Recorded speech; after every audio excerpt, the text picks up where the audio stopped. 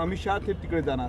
नाही, माननीय अमित भाईंनी आमच्या महायुतीमधल्या एक महत्त्वाच्या पक्षाध्यक्षाला वेळ दिला आहे आणि घरी जाणं हे संस्कार आहे, संस्कृती आहे आपली.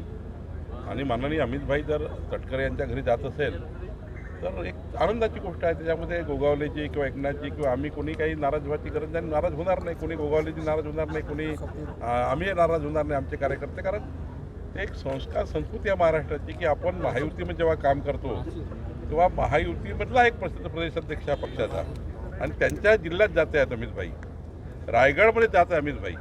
त्यांनी निमंत्रण दिलं आहे, तटकरेजींनी मलाही निमंत्रण दिलं आहे, गोगावला निमंत्रण दिलं आहे, एकनाथजीला निमंत्रण दिलं आहे. सर्वच महायुतीच्या पक्षाच्या अध्यक्षांना निमंत्रण माननीय सुनील तटकरेंनी दिलेलं आहे. त्यांनी सर्वच महायुतीच्या नेत्यांना बोलवलं आहे घरी जेवायला आणि अमित भाईलाही बोलवलं आहे. त्यामुळे मला असं वाटतं याच्यामध्ये पॉलिटिकल कुठलाही त्या ठिकाणी विचार करू नये. यांच्याकडे का गेले, त्यांच्याकडे का नाही गेले. आता रायगडमध्ये प्रदेशाध्यक्ष आहेत तटकरे एका पक्षाचे महायुतीतले, त्यामुळं आम्हा सर्व लोकांना तटकरेंनी बोलवलं आहे, अमित भाईंनाही बोलवलं आहे. त्यामुळं मला वाटतं याचा राजकीय कोणत्या गोष्टीचा याचाच अर्थ काढू नये.